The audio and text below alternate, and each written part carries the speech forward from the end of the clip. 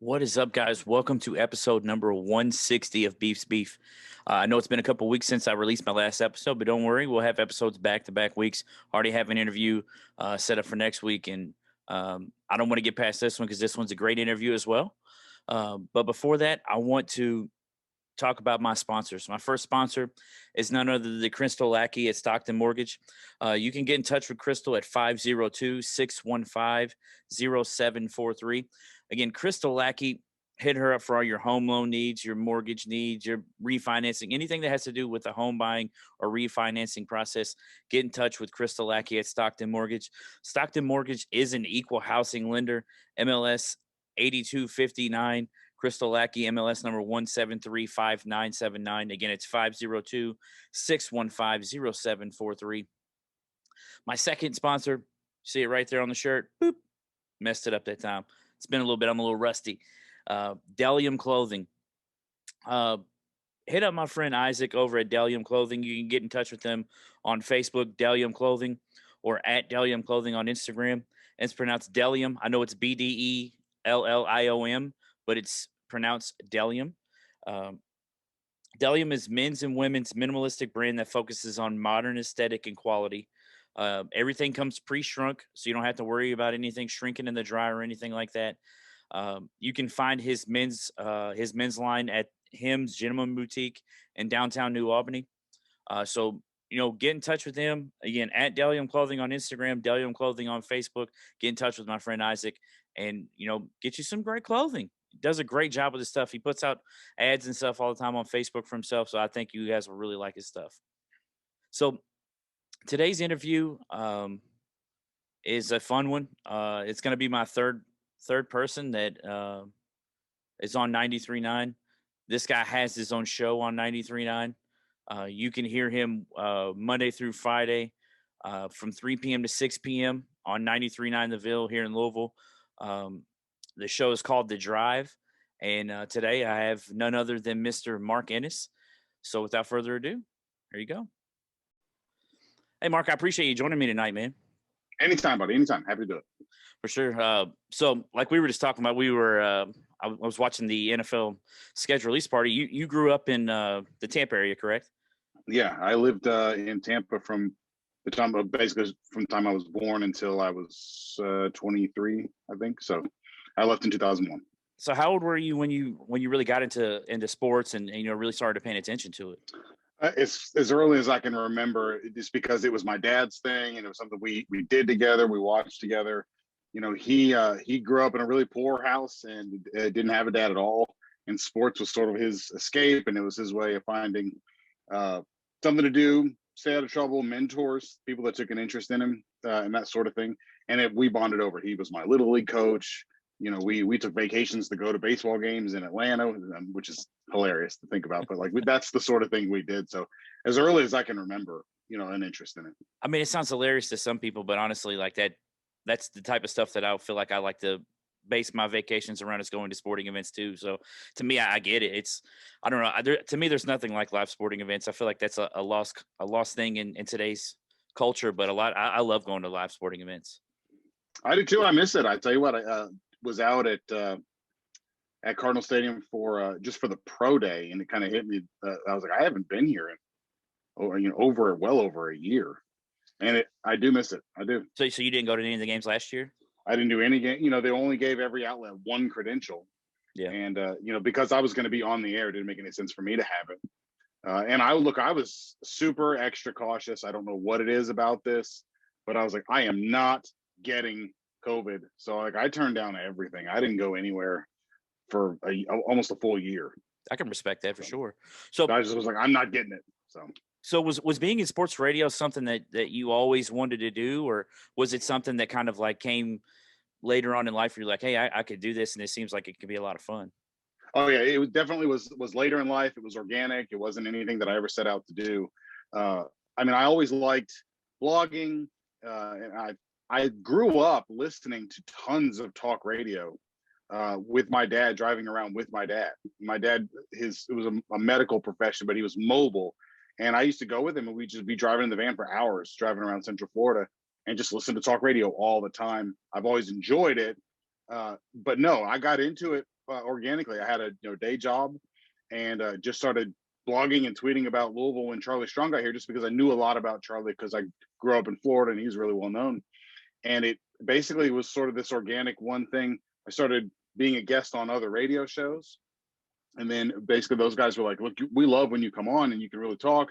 Why don't you try your hand at some post game shows and stuff like that?"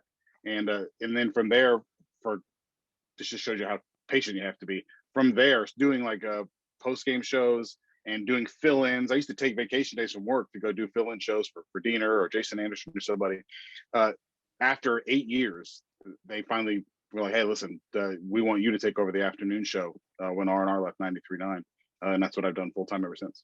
I actually remember your Twitter account before you were on the radio. I can't. What was your handle though? Yeah, it was Mingus22. Yeah, because when I created my Twitter account, I wasn't thinking, I was a total nobody. I wasn't trying to use it for anything professional. I didn't have anything professional to use it for. I literally made that nickname because when I worked in corporate life, my manager could not remember my last name, and put Mark Ingus on all sorts of like rosters and trainings and stuff. And so my best buddy at work was like, "You're Mingus." Like he just like, this is going to be a nickname that stuck, and it did stick for like a long time. So that was sort of where that came from. So did you go to college in Florida? What did you do down there as far No, as college goes? I went up here. No, I went up here as an adult. I went to U of L as an adult. Moved here in 2002 because my wife at the time had family here. But went to U of L as an adult, working full time. So I just went to school here. So knowing that the radio was, came up out of nowhere, what was your major in college then? Oh, I was an econ major at U of L because I was working for Citigroup at the time when they had a big call center and operations here. And I've always enjoyed that anyway. Although I hate math. So if you don't love math, upper level econ it's a different animal. But no, I was an econ major at U of L. So I did political science for a little while too, and then settled on econ and finished that. So do you think that radio is something that you will stick with for, I guess until the wheels fall off, until it's something they tell you, "Hey, we're not going to have you anymore"?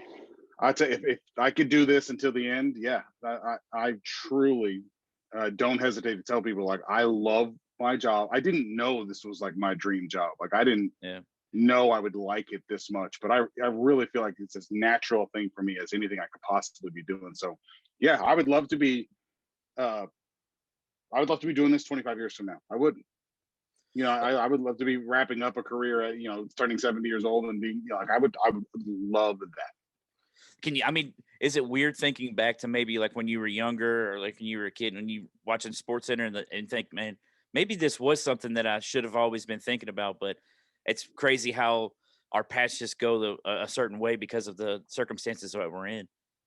Yeah. I didn't embrace, hard work really at anything. I was a super ADHD kid. And so anything I couldn't do just like immediately perfectly well, I just lost interest in really quickly. And I didn't really face that and treat that until I was in my mid 20s. Went back to school, as an adult. I did really well. I did pretty well, in school. But I didn't really have a focus on anything until well into my 20s when I sort of started any of this stuff.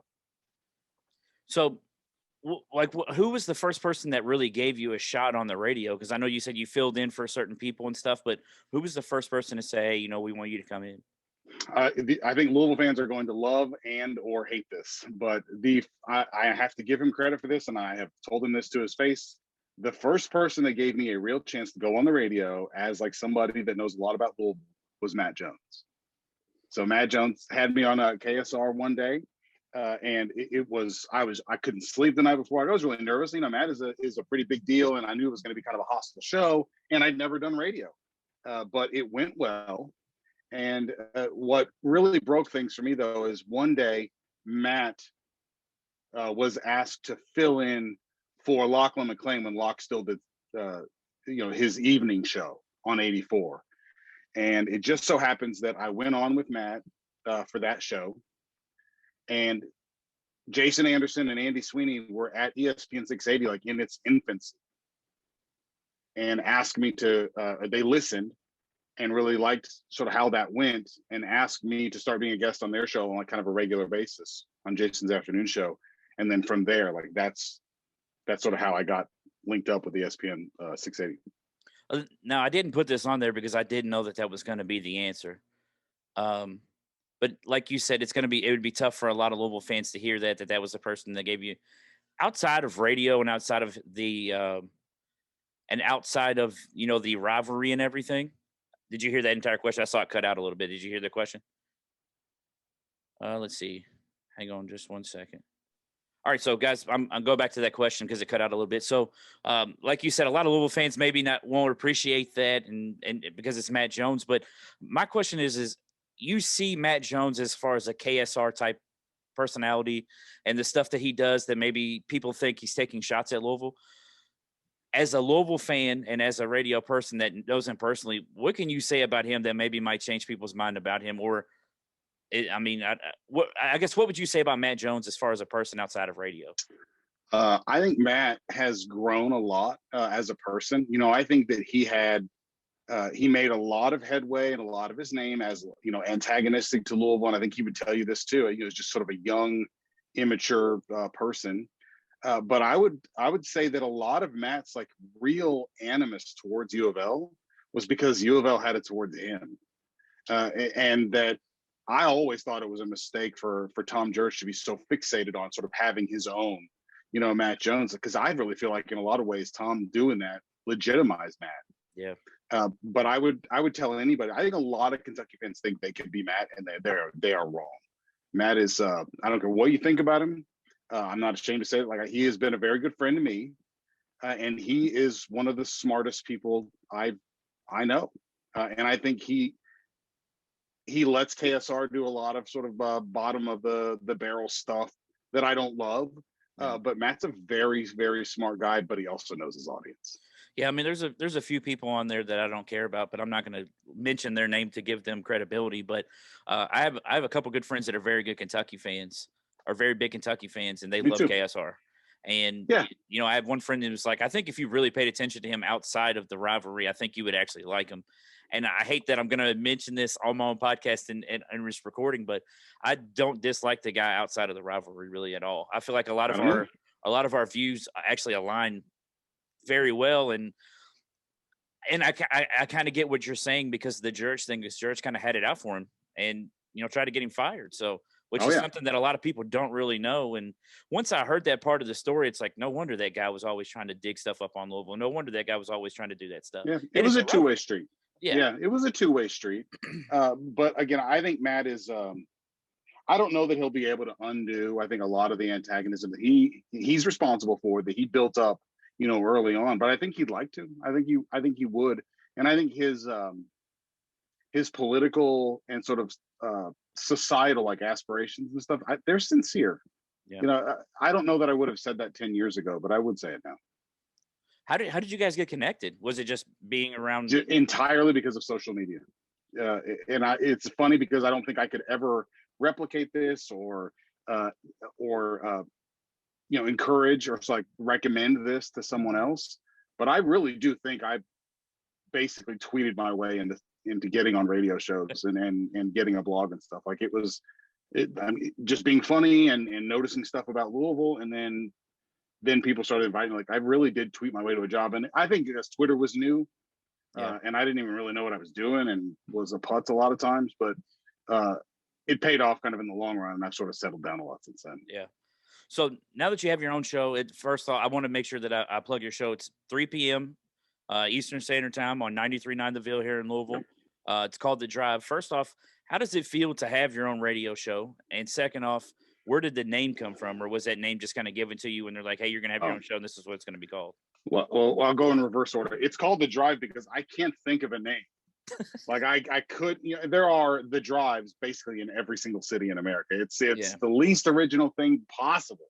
Yeah. It's almost like a factory issued name, but I could not come up with anything that I like the way it sounded either with my name or any other term. So just screw it. It's The Drive, and it doesn't matter to me. Like, I don't think the name says anything, but it's gotta be called something. But like, how does it feel? It feels wonderful. Like I love what I do. I have never once, and this is, God is my witness, in terms of doing this full time, I have never once, like, I can't believe I have like drudgery. I have never once because I'm a chatterbox anyway.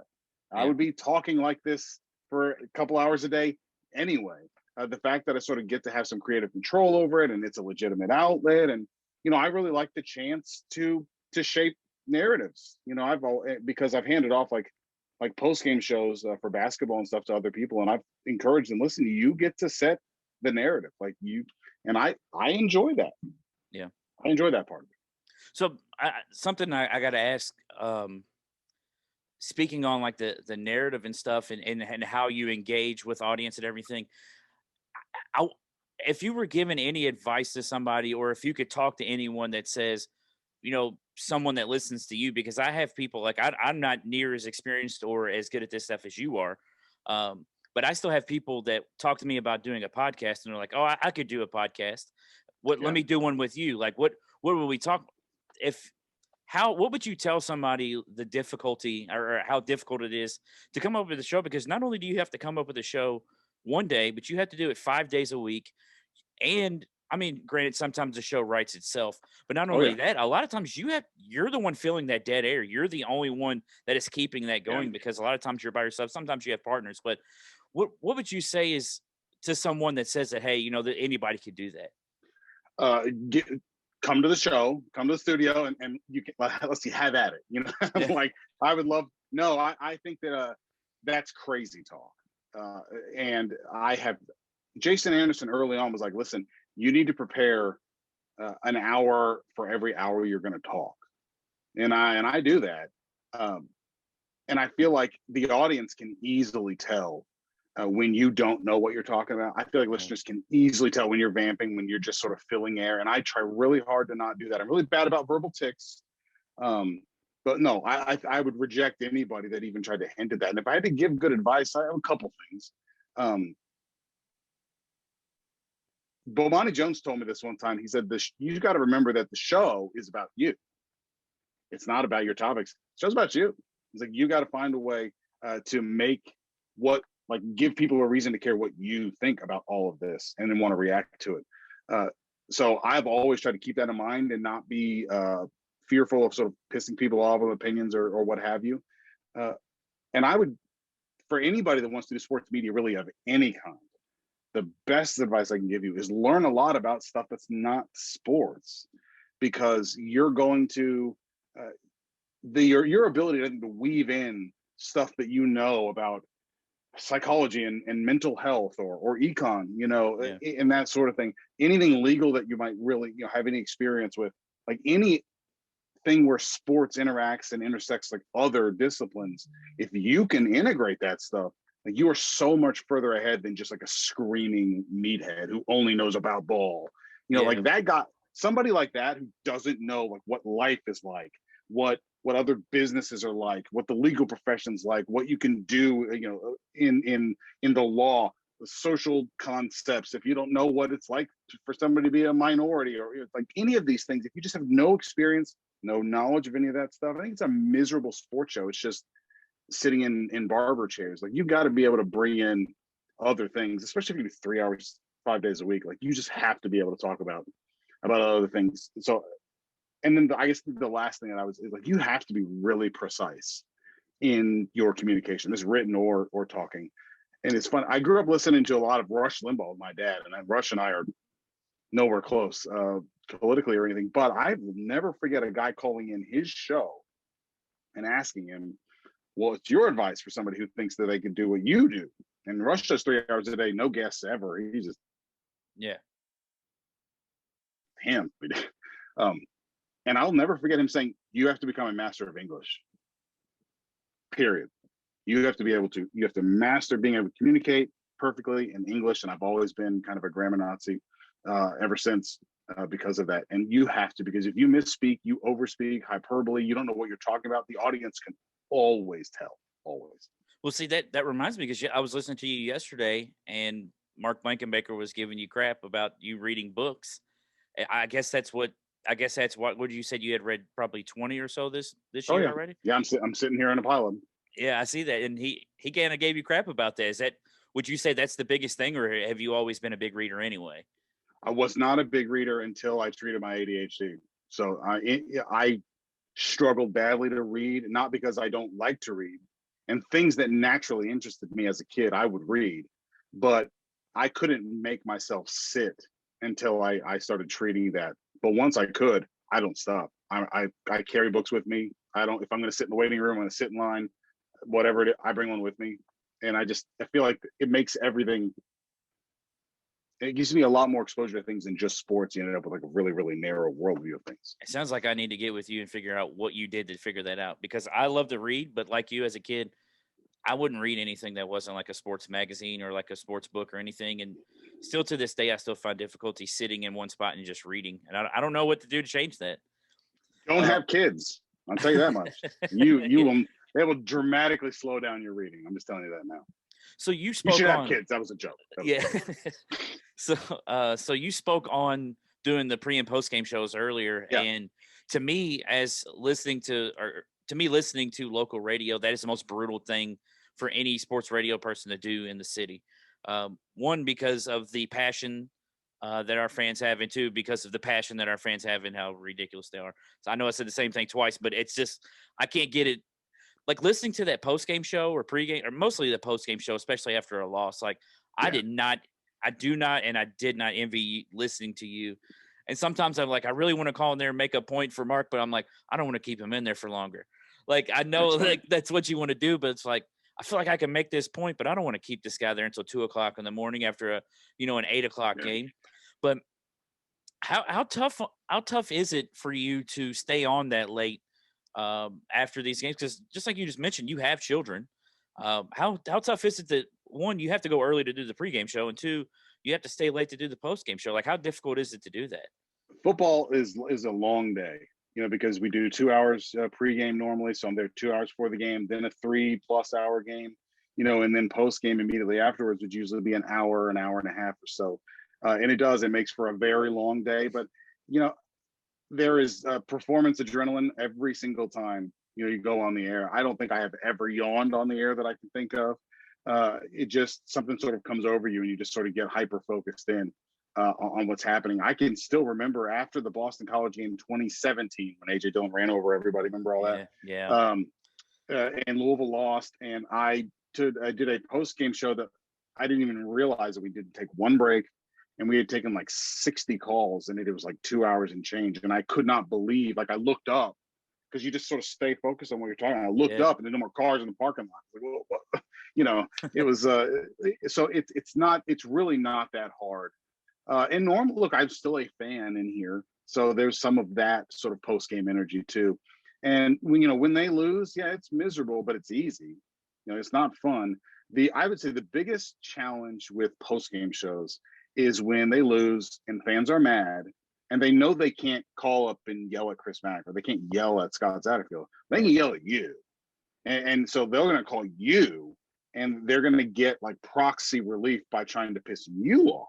Yeah. And I've learned to not entertain that call, but it took me a long, long time. But on the flip side, when they win, and I've told this to Steve Rumage and some of the other guys who do basketball post game now, when they win and they win something big, people will remember you as part of that. Yeah. The post game shows we did after they won the national championship in the Final Four from Atlanta, or the post game show after they beat the hell out of Florida State, that sort of thing. Like those games, like people's remembrance of the game now will include you, and I just feel like that's such an awesome thing. Yeah, and that's great. So let's go move to Louisville sports now. Sure. So the NFL draft was last week. Two Louisville players got drafted, and another big one got picked up as a free agent. A couple other guys got picked up as free agents too.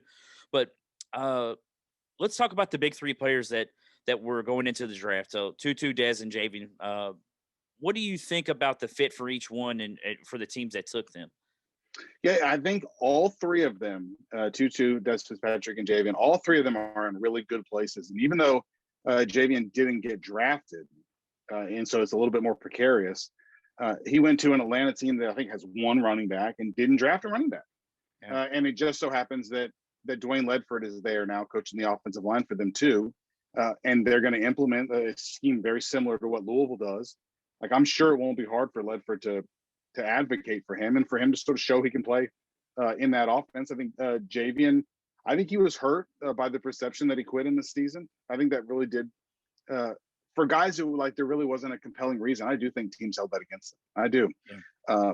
But I still think he can play in the NFL. He's going to have to contribute in special teams, but I like where he is. And then I think for both wide receivers, they both went to great places specific for them.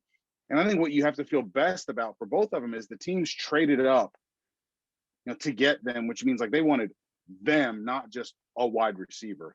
And I think Dez, I think, could have played for anybody. Tutu, I think, needed somebody. I used to say this about Lamar. If you're going to draft Lamar, you have to want Lamar, not a quarterback. And if you wanted Tutu, you were drafting him knowing his limitations and the sort of the risks of him being that small. But you got a plan for him, and for Dez or Tutu to go to the Rams, and McVay is an evil genius, and they've got all these other players. Like, you're never going to be able to double team Tutu. Yeah. With the offensive weapons that they have now, Matt Stafford. Tutu's going to catch some bombs from Matt Stafford this year. I'm sure of it. And then Dez, it's a team with one established wide receiver. They run the ball first. Dez is a great blocker. Like, it's not hard for me to imagine Dez starting from day one, in the slot, and then having a chance to contribute. So I think all three of them went to great spots. Yeah, you mentioned, I didn't even think about Dwayne Ledford being in Atlanta. But yeah, they get rid of Gurley, and they got rid of their other running back and picked up the older running back from Carolina, who really only had one decent season. And the only reason he had some of a decent season is because McCaffrey was out. So why the Falcons really think that they can put all of their eggs in that basket with him, to me, it's exciting for Javian Hawkins now. Yeah, I think he has a chance. Because I really think he could be – I can't think of the running back's name they had a couple years ago. That it was alongside the guy that from IU. I feel like the one from Florida State. I can't think of his name. Freeman? Yes, I think he could be a lot like Freeman. I think he catches the ball decently out of the backfield, and he gets in between the tackles. So I think he could be another Freeman for Atlanta. Well, he's a good zone running back, zone blocking running back, where you have to sort of read and react in one cut and stuff. And I really thought that this year the first year, Scott Satterfield's first year, when he was ended up being the surprise starting running back, he was like the slower power one. Hassan Hall was the breakaway guy. Yeah. And I really thought that Javian came back this year in tremendous shape and became a home run guy. And I thought that would have propelled. Like, I thought somebody would have at least taken a chance on him. I think he is, some of him, opting out in season hurt him, and teams just draft fewer and fewer running backs in any round. It's such a niche position now. Yeah, I think he was a little victim to both. So out of all the guys that were drafted or picked up as a free agent, who would you say is going to be the toughest to replace for this Louisville football team? Oh, I mean, Tutu is a different animal. I think Dez is underrated, but Tutu's just a different animal. And I think that the constant fear of him being able to take the top off really benefited Louisville. And I would say right now, nobody has Tutu football speed that I'm aware of. I know Tyler Harrell is super fast, and Jordan Watkins is too. But it's very difficult to be too fast and demonstrated on the field. So I think that to me is the biggest question on Louisville's offense next year is the take the top off wide receivers. Yeah, like you always hear about people talking about how like quarterbacks are fast, but then there's Lamar fast. Like Lamar runs that fast in pads. Tutu runs that fast in pads. Like it's exactly how you said. There's speed, and then there's football speed, and that's two totally different things that those guys have that you don't really see very often. I feel like as far as speed, we got two once in a generation type guys in those two guys. Yeah. So my last question about the football team, which I got to tune in for a little bit today when I was going to get something to eat after work. So there's a couple things that I actually wanted to kind of talk about what you guys were saying during the show today. How do you see the football season going for this football team? And do you see Malik being the starter at the beginning and at the end of the season? Let's say there's no injury. This should just, because I mean, there's obviously, if there was an injury, then he wouldn't be starting. But let's say barring an injury, do you see Malik starting beginning and end of the season? I mean, yeah. Unless McCaffrey comes in and is just a huge surprise. I mean, this is year 3, in this offense, and I think that Malik didn't have a great year last year, but he didn't have a bad year. Yeah. I think he had just a one gigantic problem in taking care of the ball. So I think if he can get back to that form that he had reached by the Music City Bowl, Yeah. where he was efficient, he was a dangerous runner, he was throwing the ball with confidence. I just thought last year he thinking too much, careless with the ball, and there were a ton of games where they outgained a team and lost. And I think if he's just more efficient and more, I think, confident, just lets it fly. He did a lot better job of that year one than he did last year. So something that I was thinking about today when you guys were talking, I feel like this season, I know we're because one of the biggest things that I heard Luke say today was that the wide receivers aren't as good. And the one thing that I will say is I kind of hesitate saying that. I won't say that they're not as good. I'd say they're not proven, because I think we have a lot of talent in the wide receiver room, maybe as much talent in there as any other room on the team. Now, that may be a wrong way to look at it, but you hear stuff about just guys like Justin Marshall. You have guys coming back that played a lot of minutes last year. But I feel like this season could be a lot like Satterfield's first year, where a lot of people are looking at this Louisville team and just saying, if they go 500, okay, cool. But they could surprise people in games and legitimately go 8-5 again. I'm not saying that that's for sure that's what's going to happen, but I feel like with this roster, we have enough talent to do that against the schedule. Well, look, the schedule is difficult, but it's not unmanageable. Yeah. And Satterfield was on our show last Thursday and said, I think we're going to have a top 25 defense.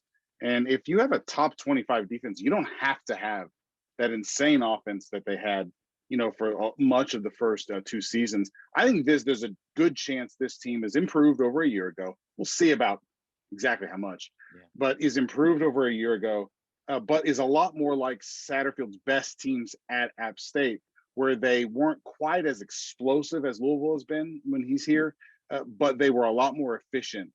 And they would sustain drives, not get behind the chains as much. They would, create short fields. There are a lot of games where they were losing 7-3 after the first quarter, or it was nothing after one. And then, early in the third quarter, it's 31-3. They were a lot more games where they're sort of cumulative and wore teams out because they could be so physical and that sort of thing. I wouldn't be surprised if this team is better, a bowl team this year, but looks a lot more like that. So it sounds like almost kind of like a Charlie-esque team, control the line of scrimmage and have a good defense. And then, if you score a lot of points, you're going to blow teams out because your defense is playing so well. Yeah, no, I think you're right. I think that Scott likes offense more than Charlie did. But there's no question. The styles are similar for sure. All right, so moving over to basketball. I know the running joke now is you guys don't really have a lot of stuff on this because Chris Mack won't really come on the show, but I love seeing those tweets that you guys keep retweeting. But I know, it's hilarious. So looking at the basketball season, there's a lot of questions from this offseason. Starting with coaching changes, have you heard the reasoning for why Coach Mack moved on from Coach Gaudio and Coach Murray, or is it just kind of like it was just something we had to do? I think I don't know what the specific reasons with those two are, and I don't know that we will ever know. But I don't think it has to be anything other than he wants to do something different. And there's nothing wrong with Chris Mack sort of growing in the job. He's not Rick Pitino, he's not Denny Crum, but he's a couple years here on the job now, realizes, hey, you know what, the way we've done things might not get it done here. And I think for a lot of little events, that's fine. If he's learned that. The question is, what does he do now? And I'm interested to see what he's going to do with this last spot, because right now I really have no idea. I think it would make Louisville fans feel good if they hired somebody that everyone sort of saw as like a bona fide recruiter. Yeah. But I don't really know that we're ever going to have like a real unvarnished, clear kind of view of what things are going to be like with Chris Mack until we finally get some sort of NCAA decision. Yeah. But I think in the meantime, he was very unhappy with the way the season ended. And I think that he looked at this offseason like, all right, it's time for me to shorten the time frame a little bit. And everything that happens now is going to be exactly what I want, so that if it works, Chris Mack did the right things. And if it doesn't, at least we know. Yeah, and that's one of the most frustrating things I feel like I find in our fan base is that people act like Chris Mack wants to lose those games, or the way they talk, it's like, oh yeah, Chris Mack. like they act like he did those things on purpose or like they lost those games on purpose. He wasn't happy about losing those games either. And the way this offseason has gone has shown that. I think you hit the nail on the head when you said, he wants to shorten that time, that leash to say, if something good's going to happen, I'm going to get credit for it. And if it's not, I'm here to take the hits for that as well. Yeah, and look, if it works, then he sort of took the bull by the horns and he did the right thing. And if it doesn't, then he was flailing and desperate. But we'll know, there's going to be no denying that, like, this is the team and the program that he built. I think starting this year, and in particular, I think these recruits. I think he looked at Pettiford and Vanderheiden and was like, we need guys that can play sooner than this. Yeah, and I think I hope that part of what we've seen at least is like Chris Mack making peace with the transfer portal being a tool for Louisville instead of something to be worried about. Because when he's talked about it before, it's almost like he's worried about guys leaving. I would rather him just embrace it, be like, we can get the guys we need, which I think he's done a good job of this offseason. So how big was it to get Malik back for this season, Malik Williams for Louisville? And what would you say? How big of a role do you think he's going to play in the success for Louisville? He's huge, metaphorically and physically. No, he is exactly what Chris Mack likes in a center. He is, he's when he's healthy, he is rangy. He is confident defensively. He's a very good rebounder. He's a skilled player, and he seems to have that thing where like the whole team plays better when he's out there, and when the little bits, the sort of those tantalizing kind of teasing bits of when we've had a chance to really see him full strength. Louisville's just been a different team. He's very vocal. He is a talker on defense. He's a talker like Gorgie was, and you need that. So I think he will be. I think he'll be the captain. I think he's going to stay healthy, and it is the single biggest, best thing that's happened to Louisville this offseason that he's coming back.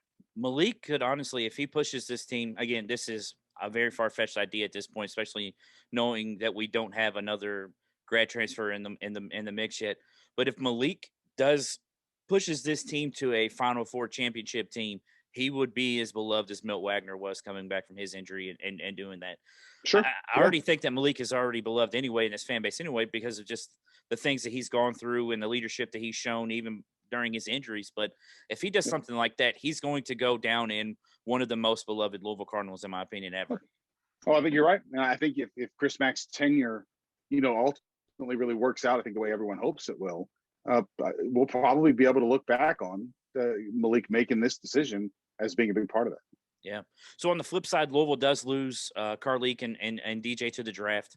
I'm going to ask about DJ first because you spoke to Carleek yesterday, so you can give him a little bit more information on that. And I actually wrote these questions before I knew you were talking to him. But what did you hear did you hear what David Johnson maybe heard that he liked that showed that, okay, yeah, I'm ready to make this decision and go ahead and sign with an agent? I think I think David surely got feedback that he's going to get drafted, and will probably start in the G League. But I think David has limitless potential and will just thrive on like the NBA lifestyle, the NBA pace and space. And I think the things that the league wanted to see be better from him, he doesn't need to go back to college to do those. He can get that clock started. He is physically big and impressive, and learning like the basketball part. He is a crazy athletic guy, and learning like the more efficient basketball part. You can do that on the job. Carleek, I think he could have come back, I think, and maybe helped himself at least a little bit. I don't begrudge him for leaving, but I think it was totally different decisions and two totally different sort of sets of inputs there. Yeah, I actually heard or read someone say that when it comes to guys like Carleek and Malik, those guys are already old. So them staying another year is not going to hurt them as far as their age thing. They're already older anyway. So the age factor has already gone out the window for them as far as it goes into the draft. So so you spoke to Carleek yesterday on the drive. What kind of information did he give on like what he heard as far as what helped him make that decision to go to the next level?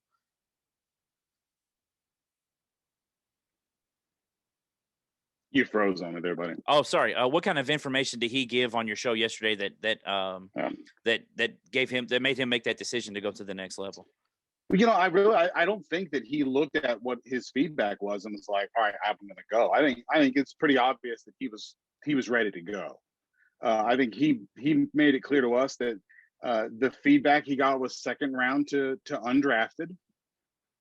And he didn't get like pure undrafted, but I think he knows the single biggest thing for him, he's not 6'5". He's not Russell Westbrook going to jump out of the gym.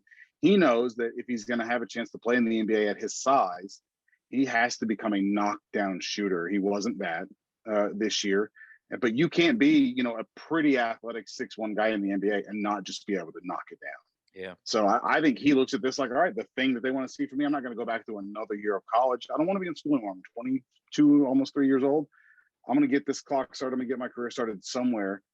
And look, I think he'll find his way onto somebody's G League team. And if he becomes, a knockdown shooter, he's a smart player. He's a good teammate.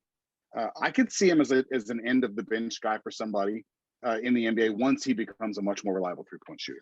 I think a lot of the struggles that happened with DJ and Carlik last year was a lot of the minutes they had to play anyway. Oh, sure. No question. I mean, playing 30, 35 to 40 minutes a game is going to wear on you as the season goes on, because I don't think Carlik was as bad a shooter as we saw last year. Not that he was a horrid shooter anyway, but I don't feel like he was as bad a shooter as we saw last season. I mean, I think you're right. You saw flashes of it at Radford where, one of his biggest highlights was him knocking down the three to win the conference championship and stuff like that. So yeah. I think that a lot of that, and like you said, you agree as well, a lot of that goes into minutes played and us having to every possession have something go through both of them. And then when David went out, it was literally every possession had to go through Carlik and him get it done. Yeah. So do you feel like the moves that Coach Mack has made through the transfer portal so far this season have been good ones? And do you think that, like with two available scholarships being open now that Quinn Szyszewski has left, do you think they'll end up filling both of those? And if they do, what do you think will be a guard or a big, or will they get both? I think if they add somebody else, it will be a guard. I can't see, even with Quinn Szyszewski gone,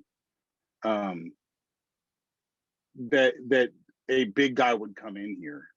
Just knowing Jalen Withers is there, JJ Traynor is coming up, Malik is there, Gabe Wisniewski's back, Roosevelt Wheeler's coming in.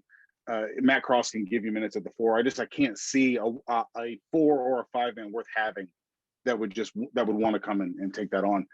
So I think a guard, maybe Katie Johnson from Georgia, or somebody like that, that would want to come in. But I think the moves that he has made, without question, address the backcourt depth, especially with both guys gone now, and address 3-point shooting. Al Ellis is a 40% 3-point shooter. Noah Locke is a 43% 3-point shooter. And Matt Cross, we know he can make threes. So the shooting and guard depth were the two things that I think really slowed Louisville down all year last year. I think he's done a really good job addressing those this offseason. So have you heard any rumblings about who maybe that last assistant coach would be? I have heard one.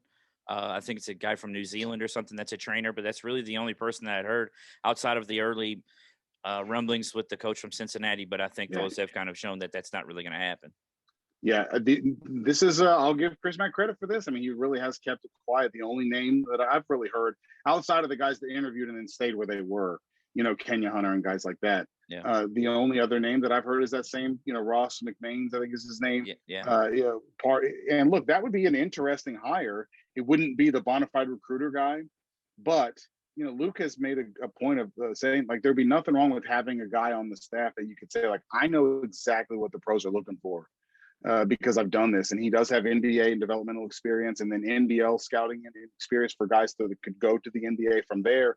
So, I mean, I think that would address something on the staff, because I do think Chris Mack, whether it's fair or not, it is, I think, used against him with recruits that he doesn't have a pedigree putting a bunch of guys in the league, and until you have that, I think it's the one way to negative recruit against you.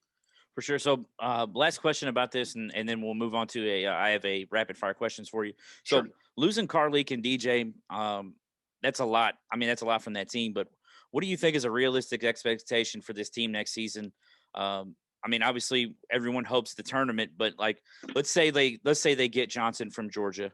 Let's say they add him and then they leave that open scholarship. What do you think is a realistic expectation for this team next season?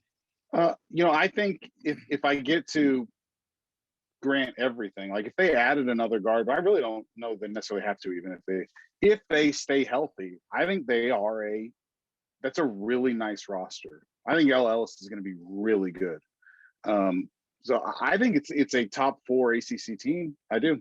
Yeah. Yeah. If everyone's healthy, in particular, you get Malik Williams, you get the Sam that you had at the end of last year. Jalen Withers getting to play the 4 primarily. JJ Traynor getting to back up, I think, at both of those spots. Your 3-point shooting, I think, is there. I like this team a lot for next year. I don't think they're a Final Four team or anything, unless major things. If LLS is just out of this world or something, but there's certainly a team that's not. I think that they would have a chance to be a second weekend team. I do think that. Also, actually, I do want to add one more question. So there was another player that went to the portal yesterday. The kid from Arizona State, I think it was. Yeah, Remy Martin. Any chance? Have you heard anything about maybe if the team's going to reach out? If we could get somebody like Remy Martin in this backcourt, again, that's a far-fetched idea probably, but if we could get someone like Remy Martin in this backcourt, I mean, Katie Johnson or Remy Martin would be excellent. Jeff Borzello did mention that he wouldn't be surprised if Louisville tried to get involved there.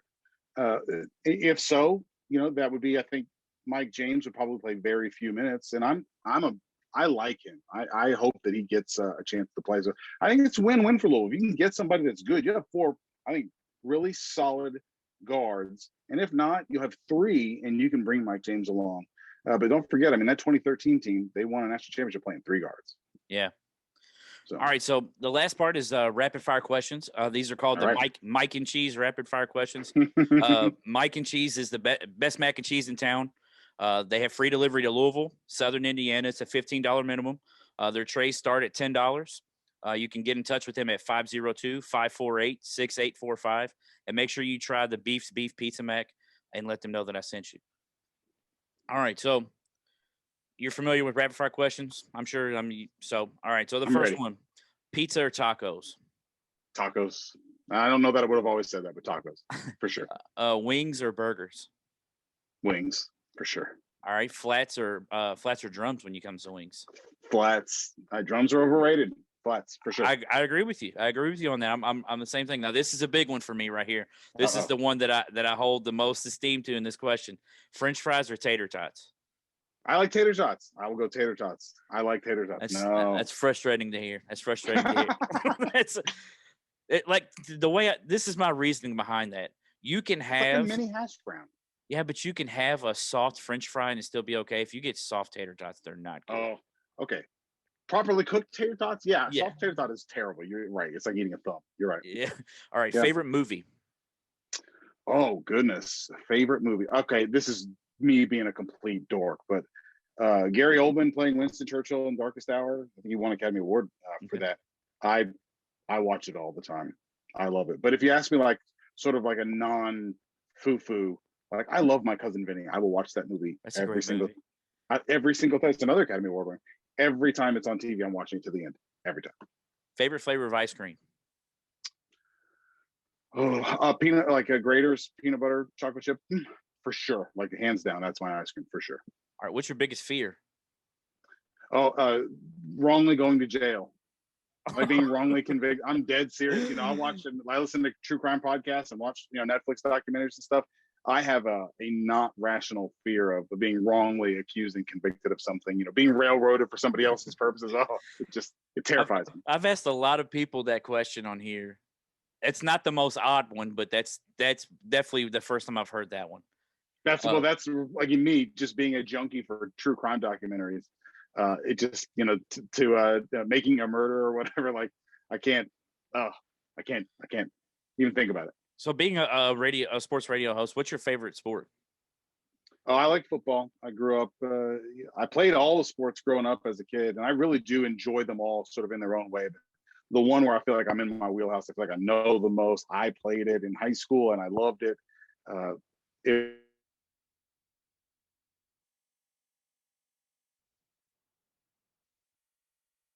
was just a part of it.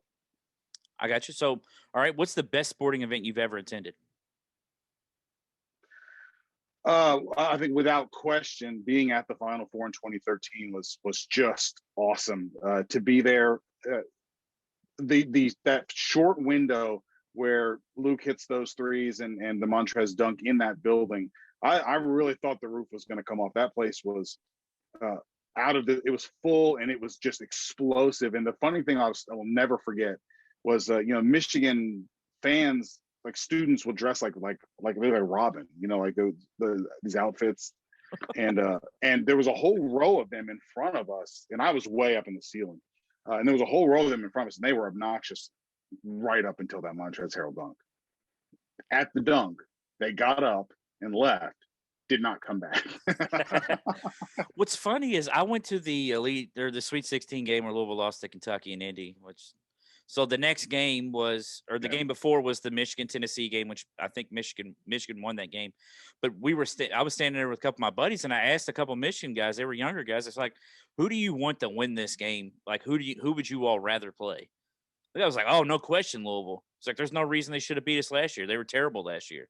And like gave us zero credit, said Russ Smith was terrible. And I was like, those fans might be the worst I've ever encountered. You guys are terrible.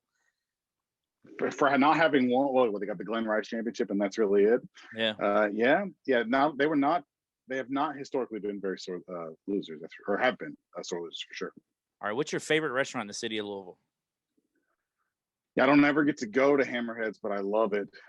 I mean, I love it, and I really almost never get to go there, but every time I do, I gain weight. I mean, I love it. I also really like up in the Highlands, ceviche. Chef Anthony Long, it's like he's on Bar Rescue sometimes. Like, he's wonderful, and I love that place. And I don't really get to go there enough either. I miss all the restaurants in town after COVID for sure. But those two, I love those two. Hammerheads, I'm right there with you. That's my favorite restaurant in the city of Louisville. All right, so favorite basketball, football, and then favorite athlete ever. Oh boy, favorite basketball player ever. Gosh, I don't even. I mean, this is so. Just believe me when I really love LeBron James. Like I think, I know he is not perfect, and he whines a lot and all that sort of thing. But I think he should be celebrated. Like, he was identified as a 15-year-old as like the next big thing, and has exceeded those expectations and is a tremendous person. Yeah. Like lacking in personal scandal of any kind. Yeah. And even Michael Jordan can't say that.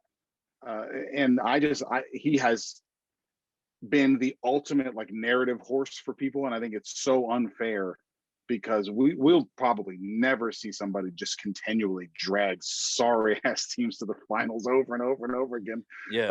Like that, that we will miss him when he's gone, like we did Jordan when he was gone. Football, I don't know that I can think of it. I mean, I think it's Lamar Jackson. And I just, I can still remember being at his first practice in pads at Louisville. He was rolling left and just flicked the ball all the way back across the field, running full speed, hit the guy right on stride. And I was with Mark Blankenbeck and John Ramsey at the time. And I was like, holy crap, what is that? And I just knew immediately. And here's another guy that I think had just fearless. What's crazy is I remember you all talking about that, like, because it was almost like a, what's the word I'm looking for? Like not like a myth, but like a legend when you guys were talking about that, because it was just like you all just talked, and then you saw in games sometimes he would just flick it and the ball would just go. Yeah. I knew that he was. I've never seen a guy that like changes directions and doesn't slow down, like that. It just leaves guys. What I have loved about him in the NFL is that a lot of times when guys are great, and they make the other team look silly, you get like some resentments and cheap hits and stuff like that. And Lamar never gets any of that. It blows me away the way he will embarrass the guy, and then the guy wants to shake his hand after the game. Like you got me fair and square. I have no answer for that. And the respect that just the way he plays, is even, I feel like even opponents sort of realize like I just got to give it to him. And that's so hard to do. For sure. And who would you say is your favorite athlete ever? Just bar none. Oh boy. God, I don't know. I'll be honest with you. I hate that answer. I'm sorry. Yeah. But I'll tell you what, I don't know. He's never going to be my favorite athlete because I didn't have the length of time. But I will say this: I have thoroughly enjoyed 1 year of Tom Brady being the quarterback for my team. It's pretty great, isn't it? Yeah, I had it and for I a knew long that. time. Yeah, I had it for a long time, and to have the players on the team be like, we didn't really know what like professionalism was like, and like this guy spoke before the game. We're like, holy crap, we're gonna win, and stuff like that. Like in my life as a Bucks fan, they have never had a good quarterback. Yeah, ever. And right I mean, now, the best like, I can think of is what Brad Johnson, I guess, is like probably the best one. To this day, the Bucks have never drafted a quarterback and signed him to a second contract. Never. Wow. And so to all of a sudden have who is what I think is unquestionably now the best quarterback of all time, that has been a lot of fun. I think if he had been the quarterback of my team, like he has been for yours, like that would be hands down, because I could just see how the ultimate confidence. And I will say, look, I'm a kid who grew up in the time when Michael Jordan was at his peak. I've never seen anything like that ever. But if I had to, the more I think about it, the period of time before he lost to Buster Douglas, I have never been more in awe of an athlete than I was with Mike Tyson, at his peak. There was just, and I don't know that we ever will get that again. And I was crushed when he lost that fight. Because I just didn't believe it could happen. And there's just something to be said for like somebody just feeling like inevitable. Yeah. And he did. And then for that to be sort of taken away, I was like, crap, I guess anybody could lose. It was hard. I took it hard. I still remember that. It's kind of surprising hearing a Florida guy like yourself not mention Roy Jones if you're mentioning boxers. Because Roy Jones there for a while was very, very dominant. Oh, and I'll never forget him getting ripped off in the Olympics, man. I remember that. Yeah. I was at my friend Luke Teeling's house. I was sitting on the couch at his house, and I'll never forget that. He got ripped off at the Olympics, man. That guy, I would never get over that. As far as pure entertainment with boxing, if you've not watched Roy Jones Jr. boxing highlights, you are selling yourself short, because that guy – I mean, I believe the story was he told the guy he was going to knock a guy out and he was only going to punch him in the body, and then he did it. Yeah, like stuff like winding up his arm and knocking people out and stuff. It was crazy. All right, so 2 more questions. So who's the coolest athlete you've ever met, like since you've been in radio, or even it could be outside of radio? This is going to sound like a terrible suck-up answer, but I mean this like with all the sincerity in the world. I think Luke Hancock is one of the best people you could ever meet.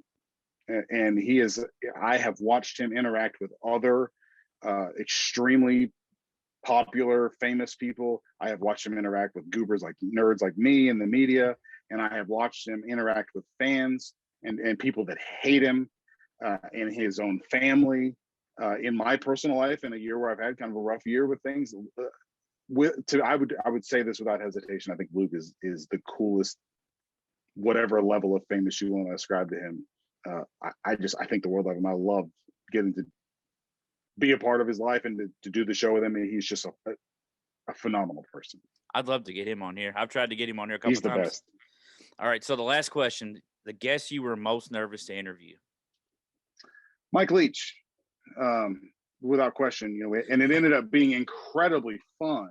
Yeah. But I was worried that we were going to build up having Mike Leach and then not be able to draw Mike Leach out of him. Yeah. And so I was very amped for that. If I could get if the one that would make me nervous now, I've never gotten to interview Steve Spurrier, and I would like to do that.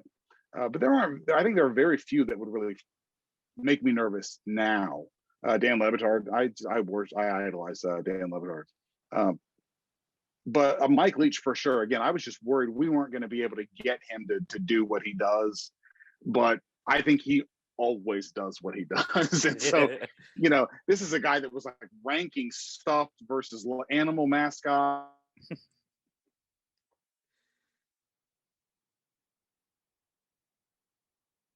And he's like, surely he's like on the spectrum or something. He's just such an interesting guy.